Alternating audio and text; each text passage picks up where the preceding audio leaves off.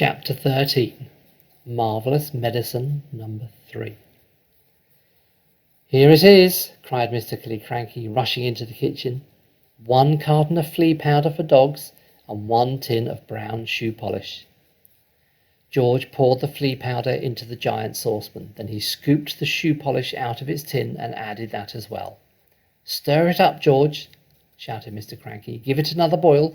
We've got it this time. I bet we've got it."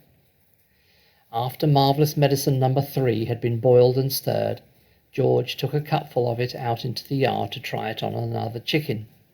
Mr. Cranky ran after him, flapping his arms and hopping with excitement. "Come on, watch this one," he called to Mrs. Cranky. "Come and watch us turn this ordinary chicken into a lovely great big one that lays eggs as large as footballs." "Well, I hope you can do better than last time," said Mrs. Cranky, following them out. "Come on, chicken," George said, holding out a spoonful of medicine number 3. "Good chicken. Chick, chick, chick, chick, chick, chick. Have some of this lovely medicine." A magnificent black cockerel with a scarlet comb came stepping over. The cockerel looked at the spoon, and it went peck. "Cock-a-doodle-doo!" squawked the cockerel, shooting up in the air and then coming down again. "Watch him now," cried Mr. Cranky. "Watch him grow.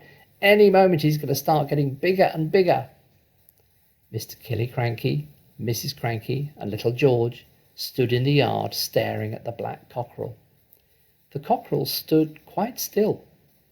It looked as though it had a headache. "What's happening to its neck?" Mrs. Cranky said.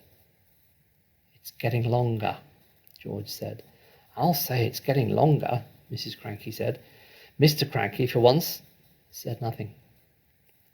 "Last time it was the legs," Mrs. Cranky said. "Now it's the neck.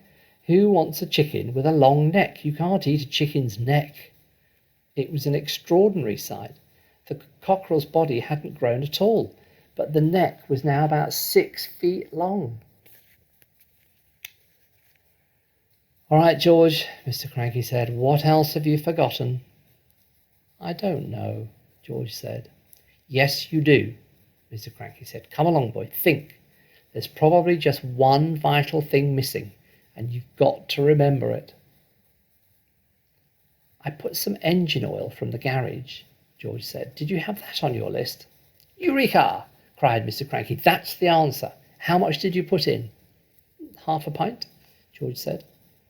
Mr. Cranky ran to the garage and found another half pint of oil. "And some antifreeze," George called after him. "I sloshed in a bit of antifreeze."